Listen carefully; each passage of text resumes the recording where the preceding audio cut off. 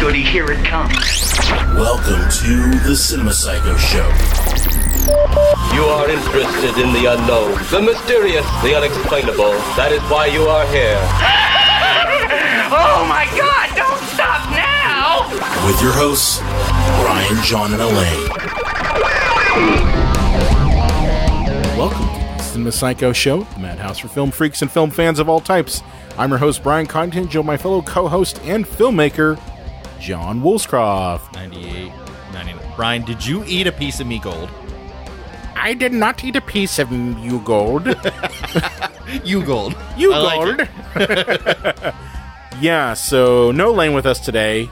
Aww. Aww. It's just a she would've sausage loved fest this in here. movie, too. Oh, God. God. I imagine she would have so much to say about Jennifer Aniston. I have a lot to say about Jennifer Aniston. Yeah. So this could be interesting. So we're on episode 94, and we've got an episode for you that's really in the spirit of the holiday that you're probably now dealing with the hangover from, which, of course, was St. Patrick's Day. Our St. Patrick's Day episode. Oh, shit.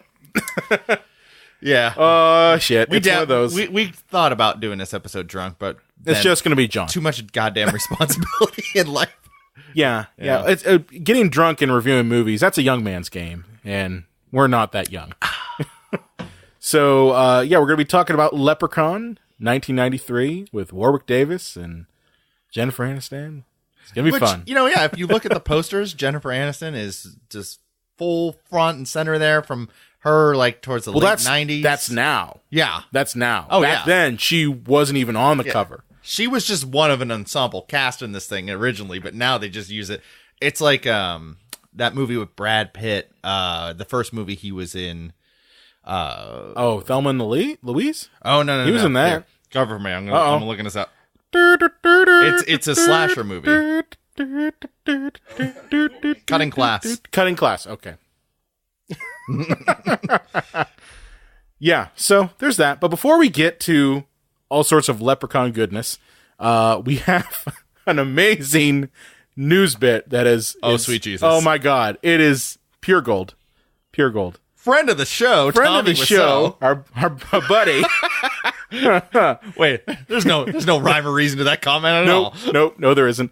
But yeah, Tommy Wiseau apparently is someone who thinks he should be the Joker. Why not? Why not? Yeah, at this point, DC, what do you have to lose? Got nothing to lose. In fact, this might make people go more than... I mean, I kind of view it as, the same reason that people go to freak shows. Oh, yeah. It's the same sort of thing. It's morbid curiosity is what it is. Going to, like, Coney Island sideshow, Yeah. Come and see the amazing Wiseau and his clown makeup. Yeah, so this comes from we found the story about this from Screen Rant, but I actually knew about this a couple days ago and actually posted it on our Facebook page because I could not believe that this was a real thing. Well, see, at first, and it is. Yeah, I thought it was just like a stunt, from Nerdist, like to get attention, but it's so much more than that, isn't it, Brian? Oh my God, it is. So if you haven't already found this out, I'm surprised you haven't. It's probably on Reddit. It's on our Facebook page and Twitter, I believe.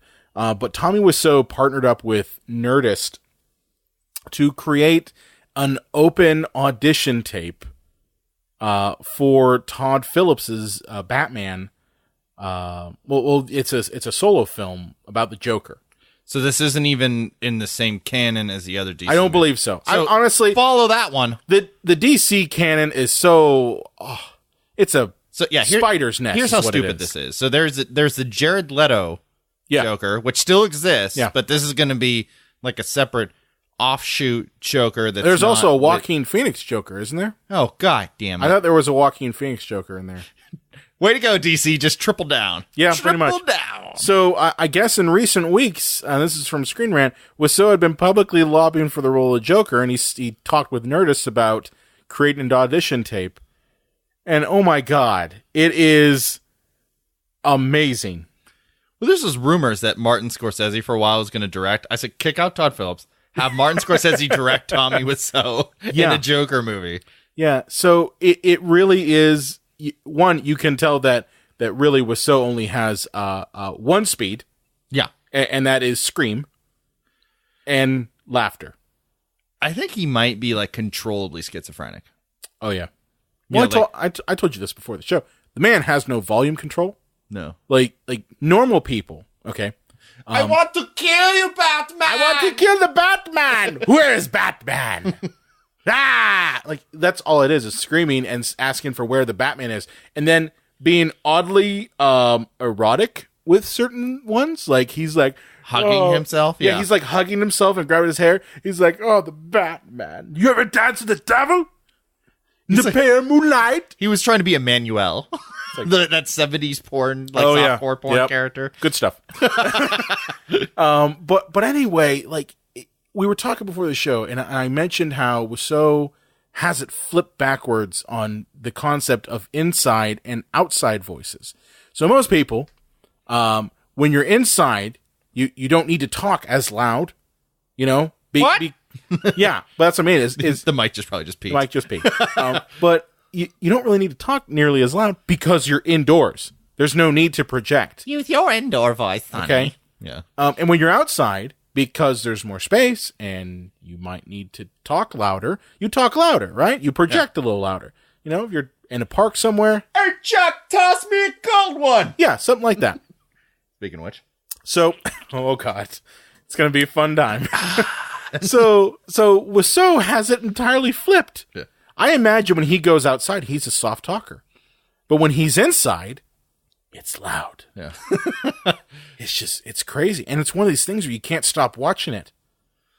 Yeah. Even though it does get hard at some points, but then he lures you back in, you know. So maybe he would be a good Joker. Well, a lot of people, according to this article on Screen Rant, have said that they think he would be perfect. See, I think the problem is that they don't realize that Tommy Wiseau is like the Joker, not that he could give a good performance as the Joker. There's a difference. He sees a kinship with the Joker. Both insane. Like Charles Manson would have theoretically made a good Joker if it was reality. Well, you know what I thought was great about his whole performance? Yeah. He's got the Heath Ledger makeup and costume on, but he still has the fucking bracelets. Oh yeah, that of Tommy Wiseau. Yeah, Tommy looks like he robbed Johnny Depp's closet. You know what I mean? Oh my God! But if you haven't seen it, just make a point to look at it. It is hilarious.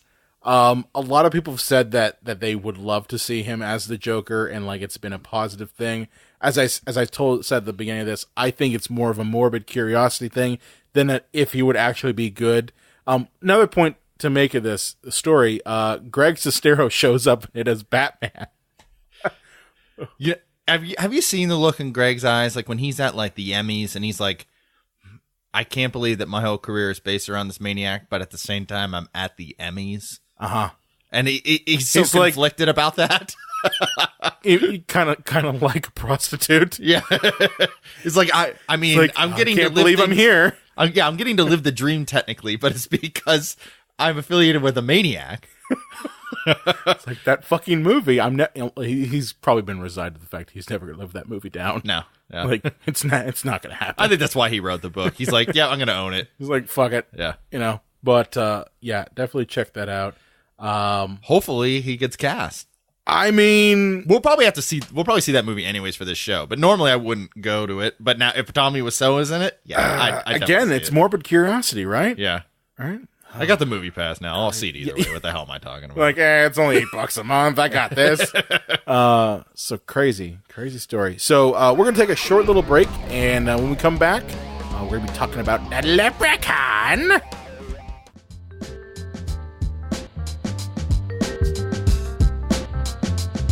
Hey guys, this is Marta from Marta on the Move. I hope you're enjoying this podcast. When you're done with this one, you should go check out mine on www.martaonthemove.com. On the Epicast Network, you can find me on Twitter at ICan'tFindMarta. If you like interesting people and places in Pittsburgh, food and drink, travel advice, and general nerdery, check it out and keep it moving. And we're back. Those messages from our friends over at the Epicast Network, specifically Marta on the Move. Check out her and the other podcasts of the Epicast Network at epicastnetwork.com. An evil, sadistic leprechaun goes on a killing rampage in search of his beloved pot of gold. Bring me pot of gold. That is our synopsis of our movie. And this did not fare well in the world of the critics. I wonder why. I searched for the thing, usually sometimes they put like at least one good one in there. Yeah, there was nothing to be found here. Chris Hicks said the film should have been released direct to video. I'm kind of surprised. I thought for a minute that this was a direct to video thing, but it wasn't. With the production values, yeah. Yeah. Mark Savlov called it a cliched, uninteresting, and utter waste of perfectly good Kodak film stock. Some people call it unwatchable and not even enjoyably bad. I kind of disagree with that. I think it's enjoyable. Yeah. The Los Angeles Daily News called it witless and worthless, a horror movie as could possibly be conjured. The Post-Gazette, our own Pittsburgh Post-Gazette, called the film incompetent and criticized the film's acting, lack of suspense, and production values. Oh, come on. It said, forget about the proverbial pot of gold. This movie, Leprechaun, is a crock. All right. So before we get to the nitty gritty of this, okay. Leprechaun, released in 1993. Looking at IMDb right now, it had a budget of $900,000. And it's, don't forget, this is Jennifer Aniston's first movie, so she probably made $20,000. And it made its opening weekend. It made $2,493.20. Well, 20 and so would it end up making near $9 million? It made $8.5 million. $8.5 million. So, I mean, they still cut a decent enough profit. Okay. Your budget was $900,000. They probably spent $500,000 on marketing.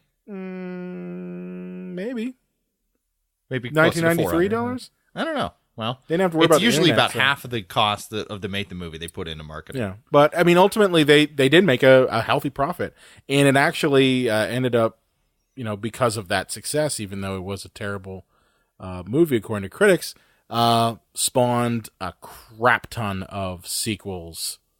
Leprechaun 2, Leprechaun 3, Leprechaun in Space, and probably the ones that everybody really knows, Leprechaun in the Hood. In the Hood. In the Hood and Back to the Hood. Back to the Hood, yes. Yeah. And then there was Leprechaun Origins. Yeah, which got really intense. Well, WWE took it over and was just like, we're going to make it really intense and put, what's the wrestler they put in there? Hornswoggle? Yes. In there? Yeah. And you're probably thinking, isn't that the wrestling company? Yes, it is. Yes, it is. So, yeah, Leprechaun stars Warwick Davis, who you may not know who that is, but just understand that he was the it guy for little person roles before, you had, before we got to be big. So, he was Wicket in Return of the Jedi. He was Willow. He was 90s Peter Dinklage. He was 90s Peter Dinklage. Yeah. That's what I was thinking. Yeah. So he kind of had that market. And I was watching a review from Doug Walker about this movie, and apparently around the same time, Warwick Davis also did another Leprechaun movie that wasn't related to this. It was like a kids movie. It was a kids movie, and they were saying that he looks more terrifying in that than this. Well, they said this movie, this Leprechaun that we're talking about, was actually meant to be like a children's horror movie, kind of like Troll 2. Because Troll 2 is kind of like a children's horror movie. Pretty, yeah. Or what's the one I'm thinking of? Technically Gremlins, I guess, although... Gremlins is kind of one of those... Probably wouldn't show that to a kid under 9. Yeah. I don't know. But the studio decided, no, we need to market this as a horror movie, so they did a bunch of reshoots and they did a couple of rewrites from the outset to really amp up the violence. Yeah. And you can kind of tell this movie, it seems like it's for kids, but then it's graphically violent, and you don't know what they're trying to do. It's graphically violent, but at the same time, the violence isn't that bad. And I want to wait to get to that because that's a whole section that I have in my head. But just to give you a rundown of the plot here. Okay. So the film starts off in 1983, and we're introduced to Dan O'Grady, who is a drunk Irish man. Not playing to stereotypes at all, are we? Well, all Irish are drunk. But I'm just saying, not trying to lay the stereotypes. Go get a job, you filthy drunken Irishman. And he returns home to North Dakota. I think that's where it takes place, North Dakota. Oh God, does it? Yeah, North Dakota. I don't know how I missed that. Wait, and it's after like a desolate hellhole. yeah, it does look like a desolate hellhole. Well, we have like one listener in North Dakota. Hey, fuck you guys. Prove us wrong. But anyway, he returns from North Dakota after visiting Ireland, and he's drunk because he's wearing a nice fancy suit, and he's like going to his wife, going, "Hey, yeah, we don't have to worry about any money problems because I tricked a leprechaun into showing me his pot of gold, and here's the gold." And His now, wife, who's basically been beaten down by life, is just like, sure. she's like, "Whatever, you're drunk. Yeah. Go away. I'm gonna make some tea." So the wife goes over, makes some tea, and finds out that he was actually right. The leprechaun kills her, Yeah. comes after Dan O'Grady, and then Dan O'Grady uses a 4-leaf clover on him to repel him, because that makes no sense at all, by the way. No. Since he's supposed to be from Ireland, and the whole St. Patrick's Day stuff, and all that shit, why would the 4-leaf clover... So if he's running through a clover field, like, yeah. would he know if he passed one? Like, would he suddenly, become burn? paralyzed? Yeah, or burn? Yeah. So it doesn't make any sense. But I get that they had to find some sort of kryptonite, and no one wanted to do their research to see, okay, what in reality would, like, hurt a leprechaun.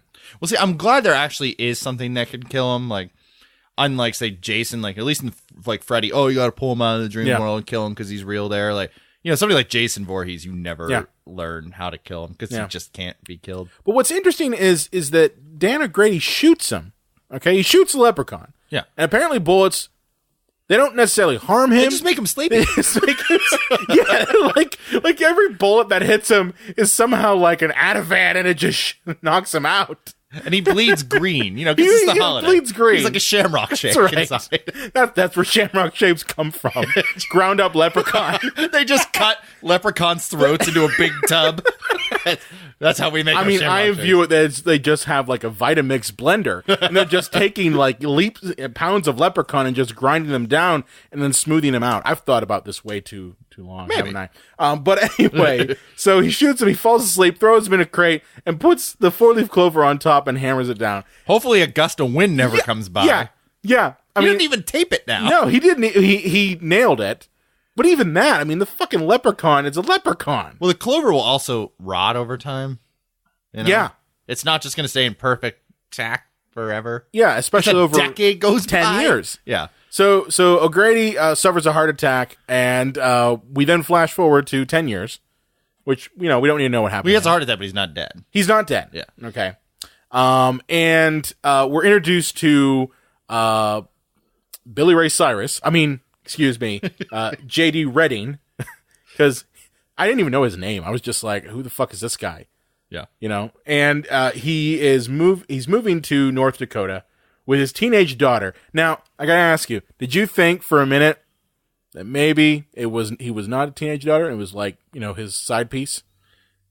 I thought for a minute, I'm like, because I missed the part where it was saying, is my daughter. Well, Jennifer Aniston she's at that cusp in this movie where if they had told me she was supposed to be 15, I would have believed it, but I also would have believed like 28. Oh, I didn't believe 15. I would have said she's at least. Well, you know how movies, they never have people of the right 17, age. 18. Like, those Freddie Prinze Jr. Oh, yeah, movies they're always in the terrible. 90s. Like, Freddie Prinze is like 32 years old. He's like, I'm just a 16-year-old high school kid. Like, sure. Sure, but see, you buddy. get used to older people playing teenagers, but... Yeah.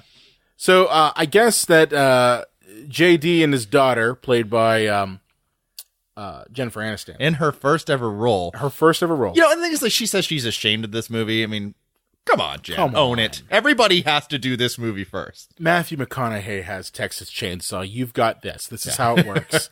Even Warwick Davis, though, said he was kind of ashamed to be in it, but then, like, all the other sequels He kept opened. cashing the checks, didn't he? Yeah, and as soon as those those checks started coming, he's like, you know what? I should kind of love this movie franchise now. Yeah, I was going to say, like, you're not ashamed of it. That It's got you paying your the bills, boathouse. Yeah. Okay? It's paying the bills. All right? So they're renting the O'Grady farmhouse for the summer, and I guess part of renting means that they're going to fix it up. Yeah, you kind of got it shafted on that deal. Yeah. Like, By the time you it's get it a all fixed up, shithole. you're going to leave. It's a shithole, and whoever is deciding how to paint the fucking house is dumb. Like, really dumb. There are parts of the house that look like they came from David Lynch's They subconscious. do. Well, they're painting. There's one scene where they're putting on paint on the house, and it's bright blue, like super bright, blue and bright red. Like no one thought, what are the normal colors of a house? Like no one thought that. Like white would have been fine. Eggshell white, and this one will be gun steel. Yeah, something like Shades that. of gray. Yeah. So what ends up happening is the contract workers are fucking hilarious. 3 guys that paint. Which That's actually the name of their company. which was Chester McBeefcake, Chester McBeef. Smartass McTiny, and Brain Disease. Also known as Francis. Yeah. I love that he has the 90s brain problem. Brain problem. The same problem that Lawnmower Man had. Well, like, remember the kid in The Wizard? The Nintendo movie? They never say what's wrong with him. They don't say, oh, he's on the spectrum for some level of autism. They don't say that, he is having PTSD. No, it's just... He's got the itis of the brain. Yeah, he's got the itis of the brain. And so does this character. First of all, there is no operation that can make you smart. Fix your brain, as they say. Yes. This As they say goal in will help us fix your brain. So, but anyway, we're introduced to these 3 characters. And, of course, Tori, Jennifer Aniston, immediately, like, because she doesn't want to be there at all. She wants to go back to LA, wants to go back to California, playing basically the same character that she was in Friends. Sort of, yeah. Sort of. She doesn't have a lot of range. Yeah, she's still bitchy in this. Yeah. Like, she's really bitchy in this. Only at first. She does kind of come around and... She's useless. Oh, yeah. Like, she's completely Everybody's useless except in Chester this. McBeefcake. Well, even Chester McBeefcake gets fucked up, and he's in this, too. But anyway. Robert Gorman plays a little kid, and if you grew up in the 90s, you saw this kid and everything. Don't Tell Mom, the babysitter's dead. Oh, my God, classic. Yeah, he was in The Rookie of the Year. He was in Rookie of the Year, wasn't he? He was on Full House. He was in Mr. Nanny. Yeah, so I was like, I saw this kid. I'm like, wait a minute. You've been in everything. Yep. From my childhood. So sometimes they come back. Oh, wow. An underrated Stephen King really adaptation. Good one. Yeah. It's a really good one. So while these contractors are in there painting and, Tori is getting all hot and heavy for Chester McBeefcake. He's got Irish. a name. I think it's, I forget what it is. But I think it's Nathan. Yeah, that's it. So anyway, while this is going on, they knock off the aging 4-leaf clover on that crate. Because Leprechaun's like doing a little trick on the dimwit. He's doing, he is. He pretends to be like a little kid, so he'll let him out of the crate. Let me out of here. Let me out. Knocks off the 4-leaf clover. Leprechaun comes out. And Leprechaun also has the ability to create a voice like he's the Terminator. He does. Because later in the movie that comes out, I was like, what? How the fuck does he have that power? Leprechaun has many powers. You need to establish that early in the movie. He does. He does the voice thing in the beginning. Well, he could just be doing a little kid's voice. No, but he was doing the Mrs. O'Grady voice. Did he do that? Yes, he did. Yes, he did. Oh, God. Okay. Yeah. See, they did I stand establish corrected. it. All right, yes. Okay. So, good job, Leprechaun. So Ozzy gets attacked, and he's like, oh, my God, a fucking leprechaun. No one believes him because he's got the brainitis. Which just sound like later in the movie they say, oh, he thought there were UFOs the year before and werewolves. And so this is nothing new for him. Nothing new. Nothing new for Francis. And ultimately, they hit Ozzy and Alex. That's it. Alex's little brother. They find the bag of gold that O'Grady had hidden. I guess sometime after his heart attack. Like, they didn't explain how it ended up in the rusty car. It just kind of did. Where the rainbow ended. Yeah, because that's right. They find the end of a no rainbow. Fucking sense. No fucking sense. All right. So they take the gold and they hide it in the well, and they take one gold piece, which, Ozzy eats. Because he thinks it's like chocolate, I'm assuming. Oh, he just swallowed it. Yeah. Like he was trying to bite it. Yeah. Because, cartoons, that's what they do. Yeah. And that's his reference of what gold is based on cartoons. So they take the gold piece to a treasure shop, basically, like, one of those gold coin shops to get looked at. And at the same time this is going on, I forgot here, JD gets bit on his hand by the leprechaun. Okay, because he is investigating a noise after Tori gets her leg touched by the leprechaun too. Leprechaun feeling up Jennifer Aniston. And she's like, oh, that guy I'm into is under the car and feeling me up, and I'm really into it. Well, here's the weird thing. That guy I'm into that I just met like 5 minutes ago. Really? Yeah. It's also under the car massaging my calves. Yeah. So not only is he in an impossible place, but he's molesting you, and he's molesting the weirdest part of your body. And you're cool with it. Yeah. And he even says, like, you thought it was me? Like, he even called the bullshit, like, you just met me, lady. Like, well, Californians, what are you going to do? Hey, I'm from California. Shut the fuck up. Okay. So they rush JD to the hospital after his hand gets bit by the leprechaun, which I got to say, that's about the only time you see good gore in this. Yeah. For the most part. Well, there's an eyeball scene later. Which they just kind of throw science out the window with that one. So they go to the hospital and they completely leave him at the hospital. They never see him again. Ever. Which, like, I think we should address Warwick Davis in this movie. Not only is he giving it his all, for better or worse, but I'd say the makeup job is actually pretty good, and the costume really good. Is pretty good. The makeup and costume are really good for him. It's not good for anything else, though. Like, no, they put all their budget there. That's where they $800,000 was in budget. Yeah, that was it. I mean, that's not a. I'm not going to say it's not a bad way of doing it, because when you're making a monster movie, you want to make sure you get the monster right. Like, that's pretty much the idea here.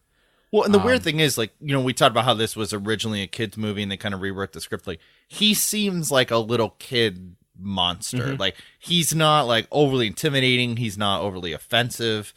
And with these kind of movies, usually every character in these exploitation slasher movies are either, like, perverts or weirdos.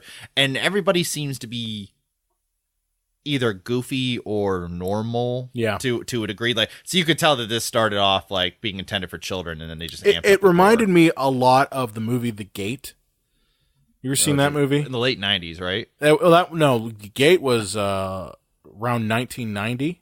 Oh, okay. No, I don't think so. 1980. I think it was the late 80s, early 90s.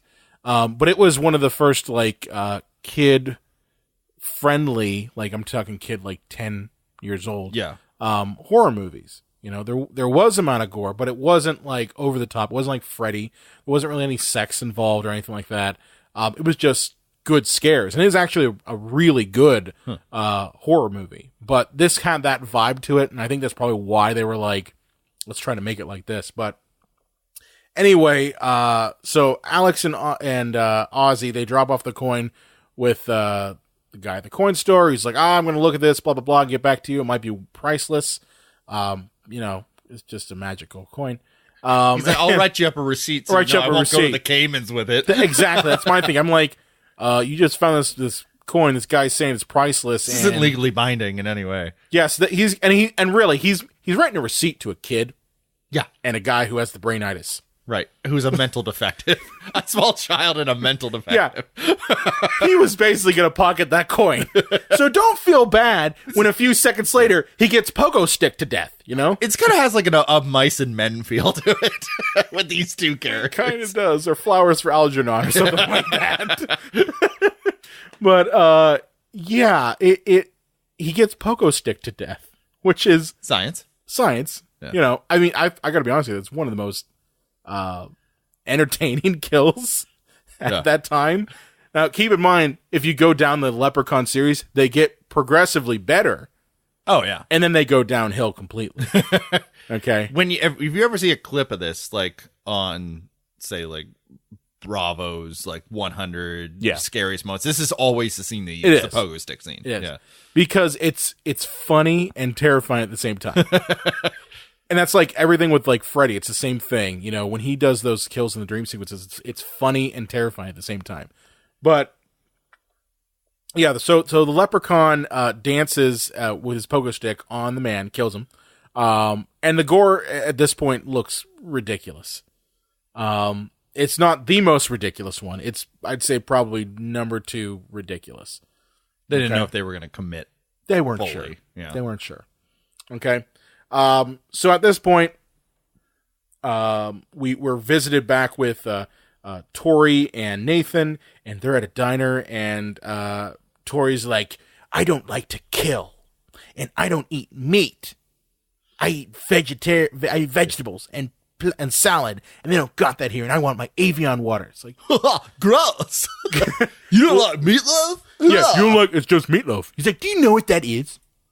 That was cow. I don't eat things I kill. Basically foreshadowing that she may have to kill, and that lack of killing is going to come back to bite her in the ass. Even though she doesn't kill anything. No, but I'm just saying, You think that, yeah. you can tell that she should have doesn't- been what happened. That should have been. Yeah. Competent storytelling would allow us to have that, No, they just wanted to make her out to be this snobbish bitch. which they did a good job with. Yeah. Okay. Milk and meatloaf is what made me so buff. Yeah. So, at that point, Ozzy and Alex return, and I guess while this is all going on, the Leprechaun has stolen a go-kart, a little car, like a little toy car, like a Power Wheels. Yeah, I thought he just made that in like 5 minutes. No, he stole it from the coin guy Okay. because it was sitting in the corner. Yeah. And that's the See, I watched this in 2 separate Oh, you didn't sittings. sit through it. So, like, yeah, I should have just watched it straight through, which I normally do. Yeah. Because I'm like, where the fuck did he get that car? Because I forgot. He stole. Well, What's funny is he steals different types of vehicles in this movie. Like, he first starts off with a little mini tricycle, which I'm like, where the fuck did you get that? Like, I know he goes to a farmhouse and gets it. I'm like, why is that just randomly there? And he can apparently ride it at like 40 miles an hour. Yes, he can, because he's a leprechaun. But the thing is, like, he's slowly getting his powers back, but he has whatever powers the scripts need him to have at that time. Yeah. And there's no rules of what causes him to get his powers. Or what causes him exactly doesn't. are his powers. Yes. Yeah. Like, I would think, okay, you got your pot of gold. Like, that's the reason why you don't have any powers, because you don't have your gold. But is that it? They don't say. They don't explain it, you know?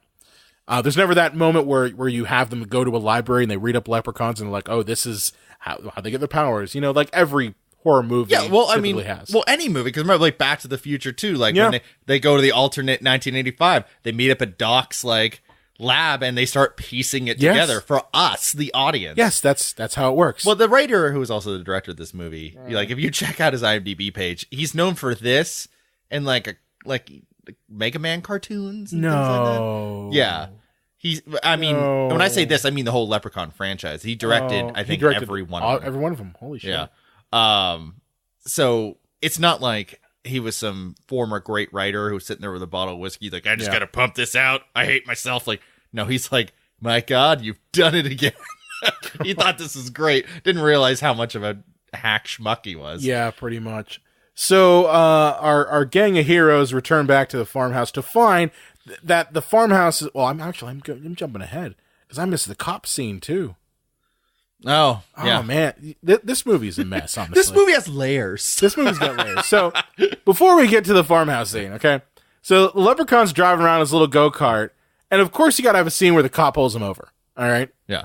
And the cop is like, "You're a little young to be driving, and isn't it a little early for Halloween?" You know, the typical, thing you give to the monster when you see the monster. Yeah. Meanwhile, this this character smells horrible. He's like, gonna why smell does this horrible. kid smell like death and poop? And and since when do Halloween masks move like that?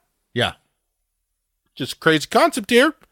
This was not now where you Well. can get Halloween masks with silicone that could do that. They're making them better than they used to. I guess so. Like, the best they had then was, like, the Don Post mask. That was about it. So, yeah, he's like, take that ridiculous mask off. And at that point, that's when the Leprechaun, like, face palms him with blood. Because you never see any wounds. Like this is where the blood and gore looks like they just tacked it on. Because there's no wounds. It's just, I'm going to grab your face and there's going to be blood there. Yeah. It drives me crazy. Well, this scene, you can tell, also was really just to tack on the running time. Mm-hmm. Because, like, it does, quote-unquote, pay off later in the movie in a way they didn't even really need it to pay off. Because, like, the phone was dead for a while, but they got it to work, and they called the police station, and then Leprechaun throws his voice to pretend he was the cop he killed, so the cops aren't coming. They could have just kept the phone dead. Yep. But they thought, well, we needed to throw in a scene where he kills a cop, and so let's just have it pay off to some degree. So good on them for that. Good job for that. Yeah. But, so he chases the cop around who's got blood all over his face but no wounds. And, he kills him by strangling him and snapping his neck with his legs and arms. Yeah, this has like that Chucky feeling. It does have a always Chucky bothered me feel to about it. that people had a hard time fighting Chucky. You kick him! Yeah. People have said the same thing to me. They're like, oh, Chucky's the most terrifying. I'm like, no, you kick him. That's it. Yeah. You get a heavy thing and A you hit him. ventriloquist dummy comes to life or something like that. That's not much of a fight. You just kick him and light him on fire. Like get a grinder and grind him up. I mean, that's it. I mean, that's all there is to it. Not to go off too much on a side tangent, but like Child's Play 2, when he knocks over that old lady teacher and he's like, like he has amazing, the ruler. isn't it? Yeah. And she's like, like crawling away, like so terrified. Bitch, get up and punt that motherfucker. You're wearing heels, like you got the witch-toed heels. Yes. Just kill that guy. One swift kick to the head. One swift kick to the head, that would have been it. Yeah. I mean, especially if he's been stuck in the body. You got to figure he's also got all the vulnerabilities of a human at that point, too. Like, I'm starting to bleed. Yeah, he's bleeding. I mean, if you hit him in the head, you're going to knock him unconscious. I got a date with an 8-year-old boy. They didn't think that line. No, they didn't. Oh, I got to say, side tangent aside, Child's Play 2 has the best death sequence. Are you talking about the stepdad? No. I was gonna. That's good too. But I was gonna say, when they go to the good guy factory. Yeah. And you've got the guy who gets impaled in the eyes with the eyeballs, the eyeball, little doll eye machines. That's great. And then you also get the 3 or 4 different deaths of Chucky. He keeps coming back. Like, first he gets all combined in the thing, and then he gets turned into goo, and then he's back as goo, and then they just put an air hose in him and blow his head up. You can't keep a good doll down. No, a good guy doll. A good guy doll down. There you go. Good one. That's right. So, cop's dead, and the leprechaun returns back to the house thinking he's going to find his pot of gold. And this is where we learn that the leprechaun has a shoe fetish. Yeah, it's one of his weaknesses as Achilles' heel. Well, here's the thing.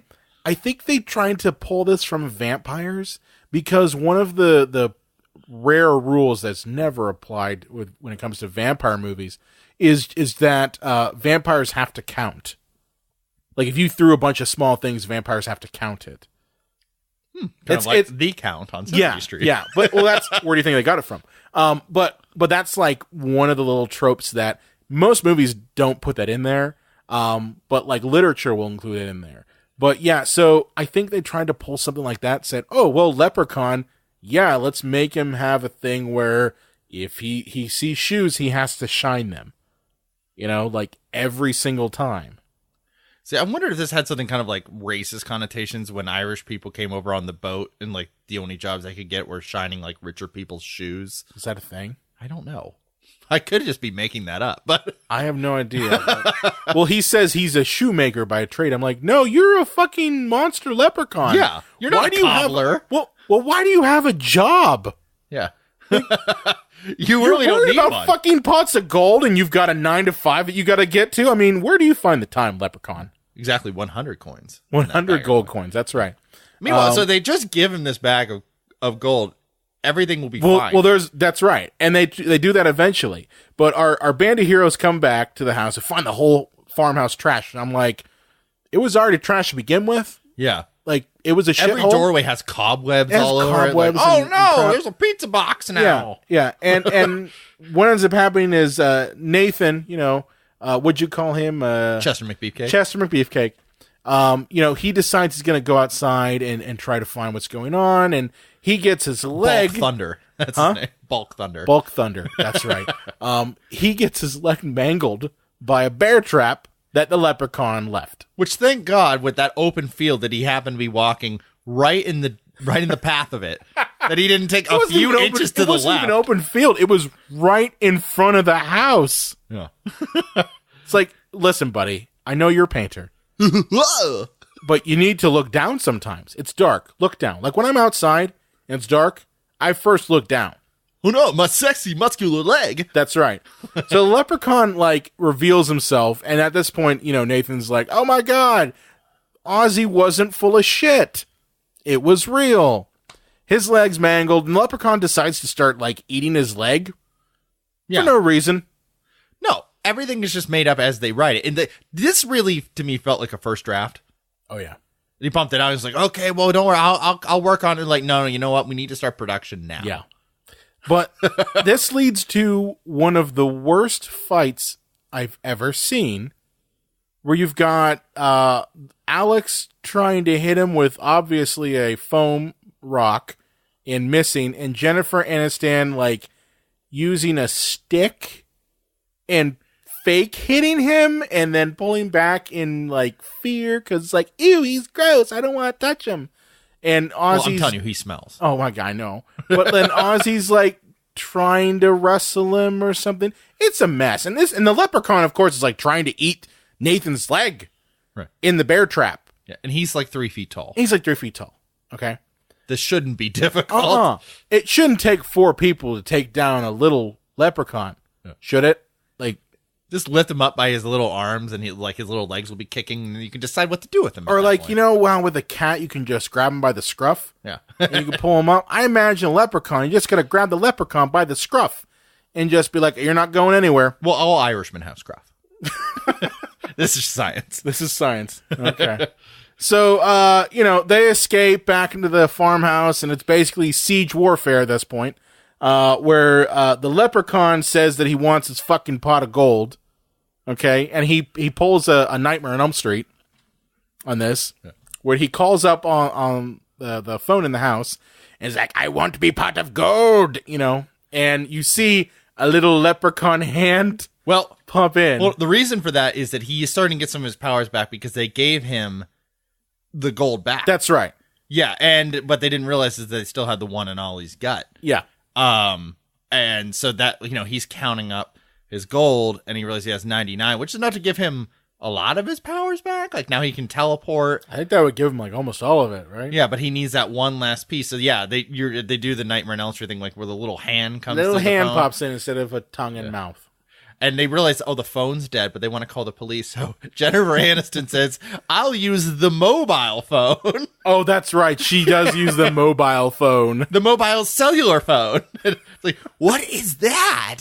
Wait there are phones that don't need wires? Wait a minute. Are you using the wireless? I'll use the wireless to call the police. Yeah, and the police are like, oh, no, Ozzy gets it, right? And he starts talking to the police. They're like, oh, that's fucking Ozzy acting crazy again, and so the police never show up. But they decide that they're going to try to go to the nursing home that Dan O'Grady's at because Nathan tells them, oh, yeah, O'Grady he didn't die. He's in the nursing home, and he would know how to stop the leprechaun because he stopped him before. Yeah. Seems like a solid plan, right? Well, they all try to go into their truck, okay? They're all piled in, and they can't turn the truck on. And so they send the little kid out to fix the truck. Who arguably is the most sensible of all these characters. He is. But yeah, and they've set it up earlier in the movie that the truck has some issues. It has a distributor cat problem. Yeah. It's always a fucking distributor crap. and the little kid opens it up, and there's the fucking leprechaun. Surprise, bitch! Surprise, bitches! Eating the distributor crap. And they come back in, and I'm just thinking, like, the leprechaun can't get into the fucking truck? Yeah. Like, he's got 99 he teleported coins. there. Why can't he teleport in the truck? Makes no sense, right? So, at this point, the leprechaun decides to, again, point of conveyance here, go back into the barn, the same barn that he got the tricycle which he runs out. into. He doesn't teleport into. No, he runs into it. Okay? Keep in mind this. Which I wish they did it in real time and just watched him for like 3 minutes running to the barn. and one continuous shot.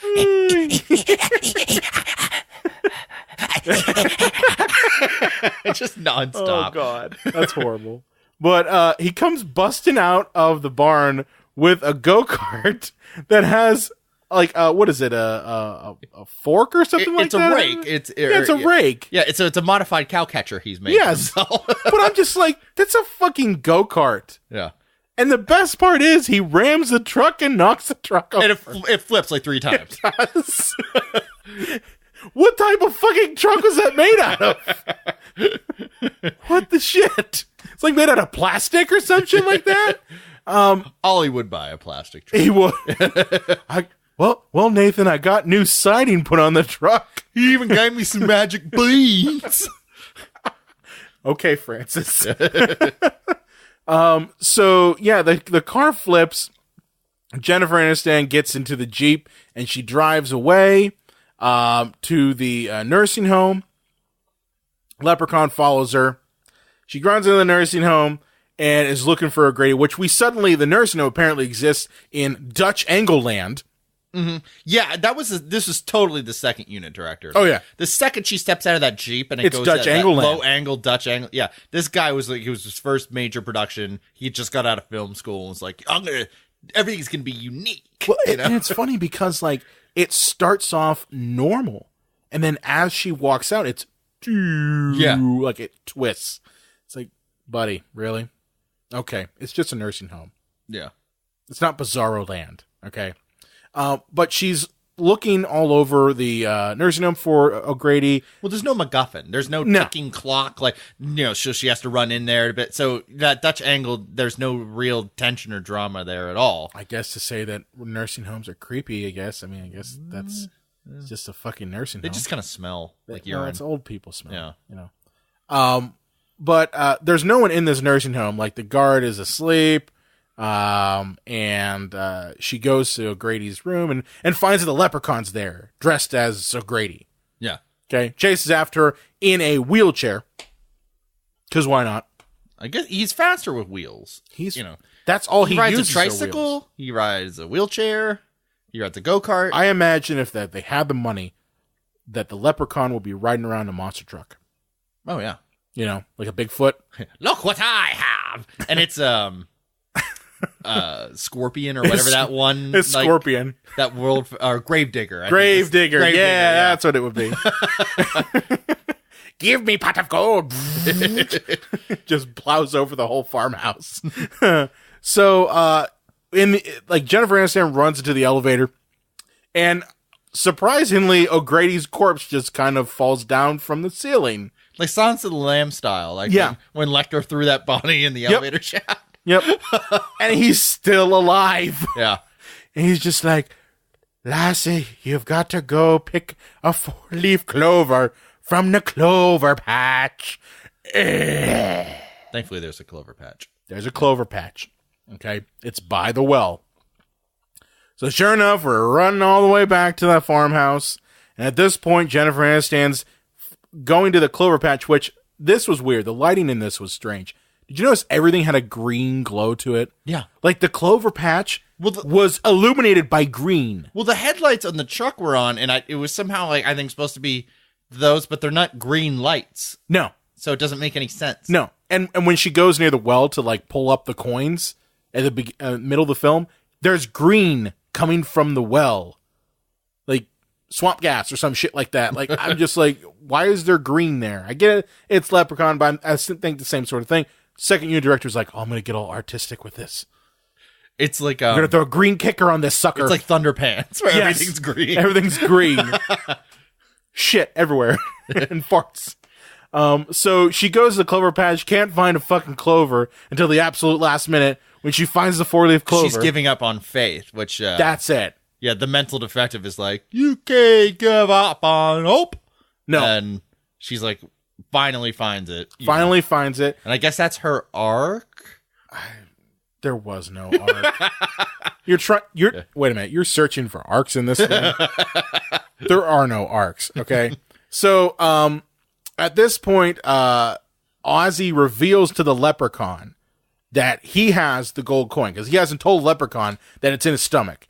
And so that kind of directs his attention to Ozzy. Leprechaun goes ape shit on him, taking off his belt, his boot buckle, and starts slashing at him, or in this case, throwing fake blood on him because there's again no wounds. Well, and like he wants to cut open his stomach. Like, just let the man take a dump. You'll get your coin back that way. Give him like 3 hours. Yeah, it's not gonna. I mean, it'll be covered in poop, but it's gonna be covered in stomach acid it's the other way. It's still gonna come out. Yeah. Just let the man take a crap. He's gonna take a crap. I mean, we could just sit here. I'll brew you a cup of tea, and we can just wait for Ozzy to take a shit. I mean, that's Knowing all there is Ozzy, to though, it. he would probably try to eat it again out of his own fecal matter. Ozzy, no! Well, now we're just gonna let the leprechaun kill you. They could have just gone down to the corner drugstore and got some X-Lax and just been like, all right, we can solve this whole problem. No, you help Ozzy poop the same way you do like a golden retriever, just a can of pumpkin. Can of pumpkin. Here you go, Ozzy. Eats it on the floor. Yeah, so Ozzy's getting the shit kicked out of him and sliced out of him. Well, he wishes. He Because then wishes. his coin would have came out. Because his coin would came out. And at this time, Jennifer Aniston gives the Clover to Alex, of all people, who has the best line in the whole movie. All right. I'm going to disagree with you on this. But Really? So I came up with some alternate lines. These are great lines, okay? The best line in the whole movie. He takes the 4-leaf clover because you've already introduced that he has a slingshot. He puts it on a piece of gum, he pulls it back, and he says, "Fuck you, Lucky Charms," and fires it. It goes in Leprechaun's mouth, and he starts to deteriorate. Which, there's a reason for that. Lucky Charms actually made an agreement for their product to be in the movie. Oh, they didn't, though. No, they did. But they saw some dailies, and they said, we're rescinding our offer. Oh, wow. That's why the Lucky Charms box is like a... It's like Lucky Clovers or something Yeah. like that. So they put that line in there basically as a actual fuck you to Lucky Charms. Oh, Which really? I didn't care. Wow, for I the didn't line. know that. So I came up with a couple alternate lines I could have used. Eat this, it's magically delicious. Maybe this will make you charming. You forgot the golden rule. You got leprechauned. It's time you take your leaf, to coin a phrase. To coin a phrase. I've got a million reasons for you to leave. Here's 4 of them. Red Rover, let Leppy eat Clover. Now you have leprosy. Now you're leper gone. Pluck on this. And lastly, the most clever one, eat shit and die, you leprechaun asshole. Just as a few... Thank you. Because that line, I'm like, oh, come on. You can do better than that. I know. I love that. I love that line. Fuck you, Lucky Charms. Boom. You know, that was very much an hasta la vista, baby moment. Yeah. So Leprechaun's deteriorating, Blow falls some into the steam, well. Bennett. Yeah, pretty much. Leprechaun's deteriorating, falls into a well, and you think he's dead, but he's not. No, none of these characters are ever dead. He's just melted. And so Still wants his gold. Yeah, Hottie McBeefcake, or what the fuck did you call him? Well, let's see. What was the last one I said? Brick Thunder. Brick Thunder. Yes, Brick Thunder. Bulk Lightning. Bulk Lightning. Bulk Lightning throws some gasoline down the well. He throws some gasoline down the well and lights the well on fire. Yeah, that's her drinking water. Yeah. Good luck with that. Thanks. And it wouldn't blow up like that. No, it wouldn't. It's like, what is the leprechaun made out of? Nitro? Maybe it is. Maybe he's just full of like gas. Well, I mean, we all agreed that the leprechaun is made out of Shamrock Shake, so that means that Shamrock Shake would be flammable. I wouldn't be surprised. Yeah. You know, like the fracking areas where you can set the water on Oh, fire? yeah. You probably set Shamrock Shakes on fire. So, police arrive. Everyone's safe. Nobody's How are they going to dead. explain this? Any of this? Fuck that. I mean, there is no. The only explaining that. evidence they have, they just blew up. So they Yeah. it was a leprechaun. They're all going to the fucking funny house. You know? Yeah. I mean, you're probably right. I mean, this might be the time when they didn't have the funny house, so they just put him in the retirement home, Yeah. where O'Grady's at. You know? Yeah. So that's Leprechaun, the movie. What As are your compared to what? What are your thoughts on this? Since we've gone through it. So it seems like they just didn't go far enough. Yeah.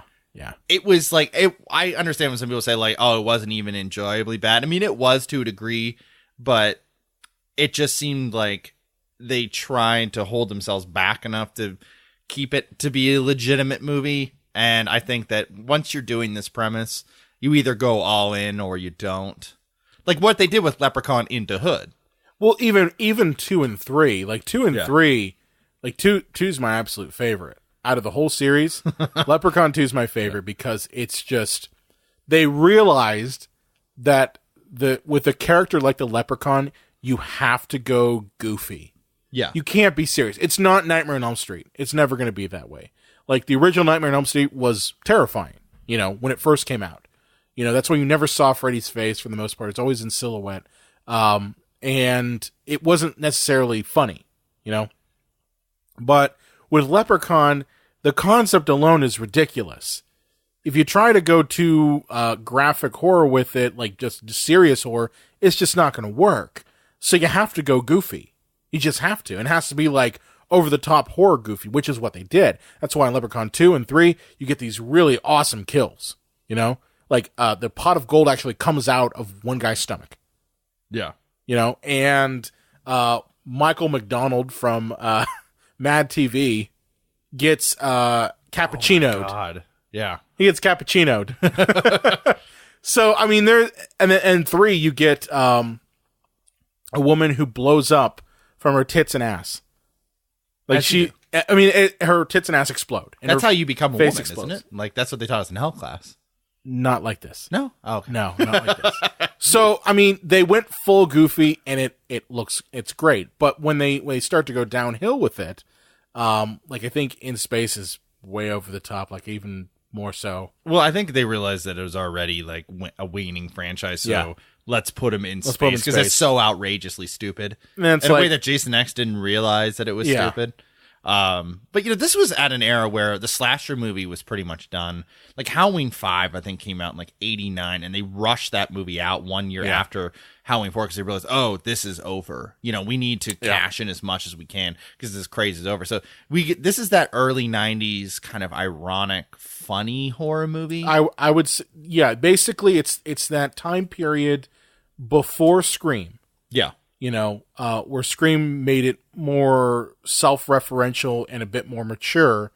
And this was the last gasp of goofy, I've heard the term mascot horror, like it's like are all surrounding one person. And that's really it. It's all about one person. Like I would say Tales from the Hood is another one, which surprisingly that came out in 95, the same year as Scream. So, it's that type of over-the-top horror. Wasn't Scream 96? Was it 96? It was 96. Yeah, you're right. Yeah. You're right. So, I mean, I like it because of what it is. Well, it's also like, they always say like, oh, play Mega Man 2. Like if you're nostalgic for, you grew up playing Mega Man. Mega Man 2 is great. Like Mega Man 1 is just like a little too difficult. Yep. It's with these ones like, if you don't really care about following these in a chronological order, like watch Leprechaun 2 or 3. Absolutely. Like this one, like we obviously want to start with the first one in honor of St. Paddy's Day, but this, it's not the best. It's a little slow. It's a little cheap, but they do get more outrageous and more fun as they go along. You can skip into Hood. I don't know. Oh, really? A friend with weed is a friend indeed. Doesn't he also rap too? Oh yeah. Well, you can't have him in that movie without having a rap. Oh Jesus! The studio probably demanded it. They're like, okay, we're gonna make this urban Leprechaun movie. You got to rap. So Warwick, I want to see you rapping. By the way, this movie, there's a special thanks to Dan Quayle and George Lucas. Really? George Lucas, because essentially, in the way they phrased it in the trivia that I found, made it almost sound like Warwick Davis was a slave to George Lucas. Like he rented him out to this production. I'm like, wait a minute, he's a human being. No, he didn't. Yeah, he was committed to Star Wars. Like he was under contract. But he wasn't doing anything with Star Wars, right? But he was pulling Alfred Hitchcock on him. I'll give you him. And I'll give you him. Jesus Christ! I wonder if he came into a crate to set. What's this from George? Oh God! Please return insane crate. Oh God! And then Dan Quayle actually gave Warwick Davis a continuation on his visa, an emergency continuation that allowed him to stay in the States and work on the project. So the end credits have special thanks to George Lucas and Dan Quayle. Remember when we thought Dan Quayle was the worst we could get? Yeah. Nobody could be dumber or more competent than him. Yeah. give it a couple years. Oh, man. But also another fun fact, Depp Roy, who played the Oompa Loompa in the Tim Burton Charlie and the Chocolate Factory remake, was one of his stunt doubles. And his other stunt double was Tony Cox, who, plays the elf in Bad Santa. No shit. Yeah. And also plays Hooter, the farting elephant from the Francis Ford Coppola, George Lucas production of a 4D Michael Jackson Disney World movie. Wow. Yeah, that's a real thing. What I just said Farting elephant? Yeah, he just walks around and like rips ass. And it's so funny because it takes place in space. And I'm thinking, this is the original first draft of Star Wars. George Lucas is like, I already got it written. It's my first draft of Star Wars. I was going to focus on this Luke Skywalker guy, but I think I really want to focus on this farting elephant guy. I think he's a more richer character. Hooter! Oh, God. All right. So, John, where can they find you at on the Twitters? You can find me at the Unreal J Wolves if you want to talk about gold. If you want to find me under the Shamrock, you can find me at Brian Coddington. You can also find Lane at LA_Croft. Be sure to like us on Facebook, Twitter, Instagram, Google Plus at Psycho Show. You can also find us on the Epicast Network at epicastnetwork.com. If you have a favorite movie or question you want to throw, or you want to talk to us about the Leprechaun, you can contact us at cinemapsychoshow.com. And make sure to subscribe to us on Apple Podcasts. Send us a rate, send us a review. We love getting those. Also, be sure to check out Psychos Nation, our monthly newsletter. Check out a new episode available every Sunday. You might kill a few members of your family, but you can see your reflection in your shoes. Really nice. Epicast.